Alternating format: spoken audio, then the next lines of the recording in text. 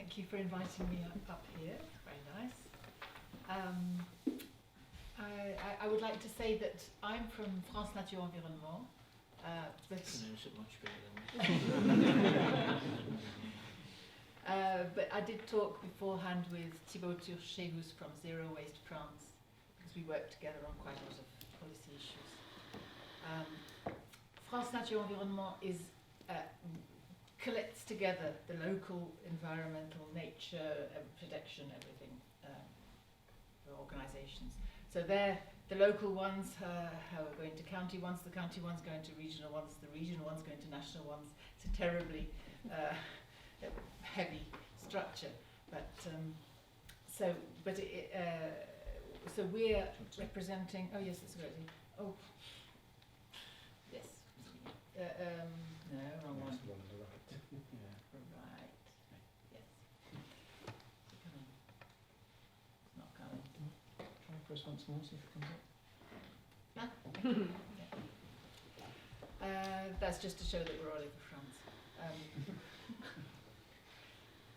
We not just on the waste issue, we're on energy, biodiversity, agriculture, everything. So the waste issue is just a waste issue, which is now turned into waste prevention and circular economy and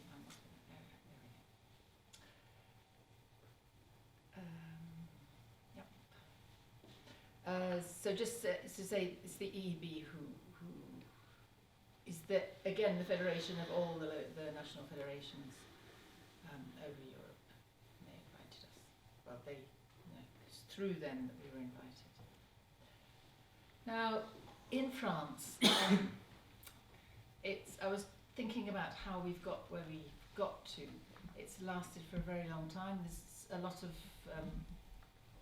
persuasion, with a lot of work with government, successive governments. Now, when the term circular economy first appeared, I thought, right, at last they've cottoned on. We've been talking about it for donkey's years. But then we had looked carefully and we saw that there are many misleading versions which are actually not circular, but Patrick already talked about it. This is one representation of the circular. It's maybe difficult to read. It says in the middle, reuse, repair, redistribute, refurbish, remanufacture.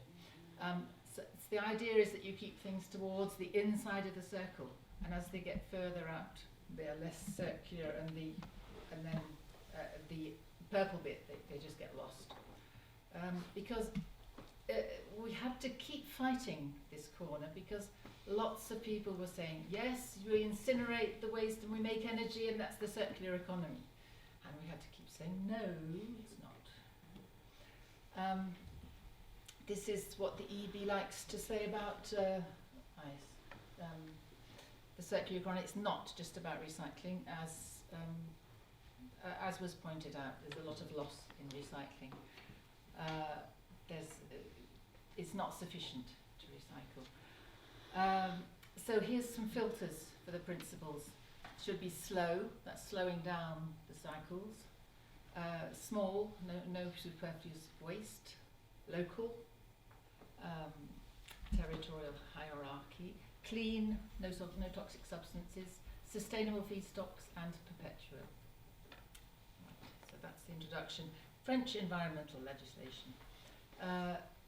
Right, in the Hasn't moved on. Hasn't moved on? Yes. Oh, Not sorry, caught up it's with you. stuck on the... Oh, I should have pressed it each time, sorry.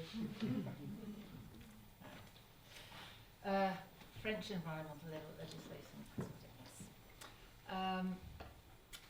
Right, in the 21st century, we've had the Grenelle de l'Environnement, which is a great big thing around 2008.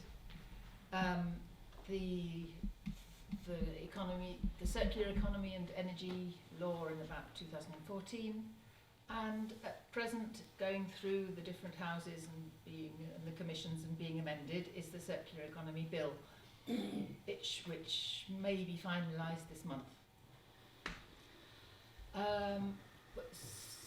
And these are put into waste prevention plans and programmes, which have been quite a big thing. in France, but not as big as the waste management plans. There's a national waste management plan, and there are regional, well, they have the regional ones, and sometimes local ones. And extended producer responsibility. Since 1992, France has been a forerunner of this idea, starting with the packaging waste. I'll come back to that. The circular, so the circular economy law, which is we're now working on, which is now going through Parliament, is actually based on the circular economy roadmap, which was intensively discussed 2 years ago with a lot of consultation and meetings. So the legislation in France in general, it's sometimes in advance of EU law and sometimes behind it. Just at the moment, unfortunately for a country which is supposed to have been one of the founder members of the European Union, it's that we're saying, no, there's no way, we don't want to go, we don't want to be more ambitious than the EU makes us be. So just the minimum we can do to keep up with what the obligations of the EU, which is very sad. In France, the influences are, there is in where waste management is concerned, there's an enormous influence of the big waste management groups, and that's Veolia and CETA. I don't know if they work in Scotland. They do? Yes. They quite like incineration. They have slightly less enthusiasm for preventing waste and reducing municipal risk waste. Local authorities do have quite a lot of influence, but they're not all pulling in the same direction. They all have different ideas, so it's hard to know where they stand sometimes. Commercial and industrial waste tends to be left by the roadside, and the producers of this waste prefer it that way. There are rules, but nobody knows how much waste is produced, whether the rules are followed, anything. Targets. Right. Well, targets, in order for they work, they need to be means for them to be reached, and motivation to reach them. I don't know which way round they go. Anyway. So you need sticks and or carrots, well, preferably both. France is not bad at carrots, but very bad at sticks. The French attitude to targets tends to be careful not to overshoot the target. You don't want to do 0.5% better than the target. That would be really not good. If you miss a target, it doesn't really matter. We can extend the target there. So, sorry, I'm being a little bit sarcastic, but it's how I feel. We sense your frustration. Extended producer responsibility. Now, that's somewhere where I do think we have really made some progress in France, because now we're up to maybe 20 schemes. Not to say that the number of schemes means that it's a necessarily a good thing, because the schemes do have to actually play a useful role. They generate, yes, 1.2 billion euros per year, and the money, most of it goes to the local authorities, so that helps them with their collections, and they're quite keen on keeping this going. The balance of power is difficult to maintain, because those who put the products on the market, of course, want to pay minimum, want to do the things the cheapest way, and so it's a constant battle. Often we're on the side of the Environment Agency or the government, who are trying to keep things on track and working for prevention, not just more and more masses of recycling. And I'll show you later, eco-design is beginning to be integrated into through bonus and malus.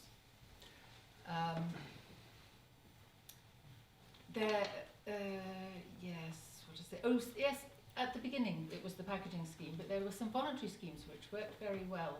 The farmers' schemes for plastic sheeting and chemicals, farming chemicals. But most of them are actually compulsory. It is necessary not to put everything onto EPR schemes because there do need to be regulations.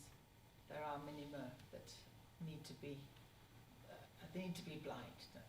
As I was saying this afternoon, we don't have an assessment of how much slavery you're allowed in a product or something. We just say no slavery. And there are environmental questions which should be treated like that as well.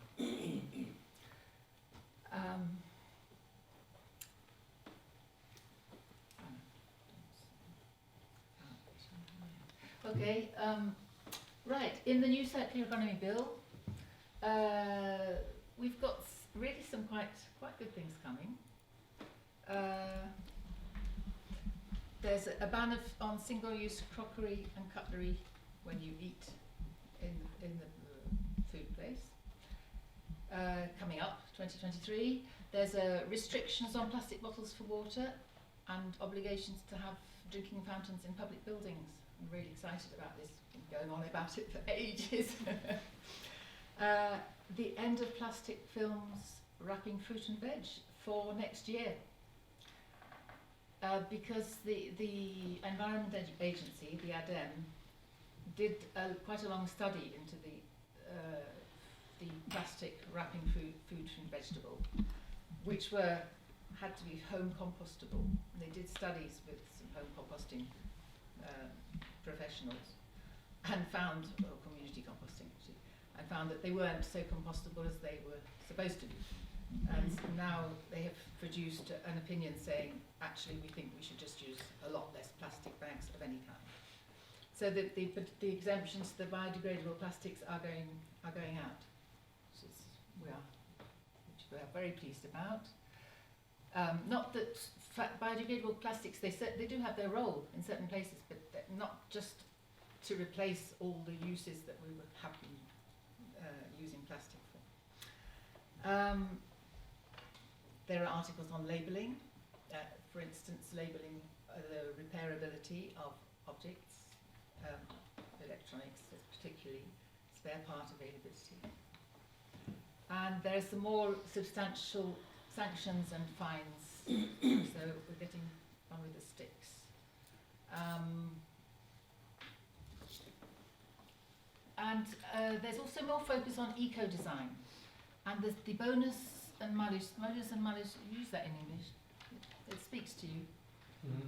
Yeah, the plus points or minus points. Now they can go up to 20% of the selling price. Well, it's selling price counting the tax, which is, instead of being kind of 20 pence on a £200 television or something, they can be much higher. Of course, there has to be agreement that they go high. And the responsibility can be extended not just to end of life, but to going to repair, reuse, and this kind of thing to some extent.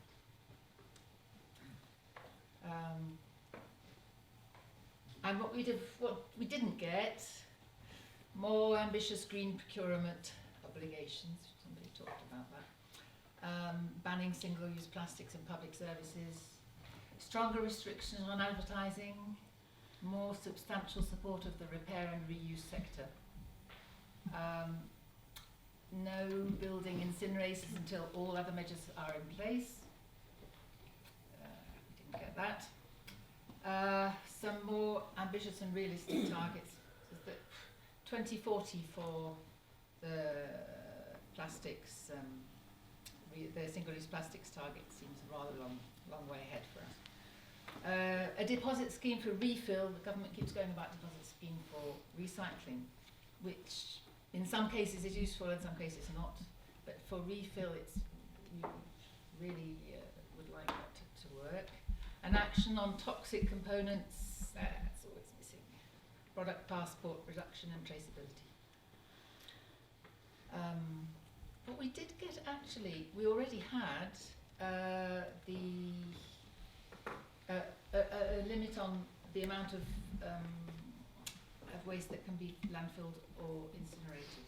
But it didn't actually work because it wasn't detailed enough. So you can make laws, but if they don't, if the definitions are not precise enough, and also many of them in France require decrees in order to be put into to be applied, and some of them wait for years, even decades, to get their decrees. So concrete measures and means are often lacking, and there's somebody talked about it. It's not enough just to be more efficient. We have to learn to consume less, to live differently, and that's not something that's easy to legislate about. That's a society problem. Thank you. Yeah.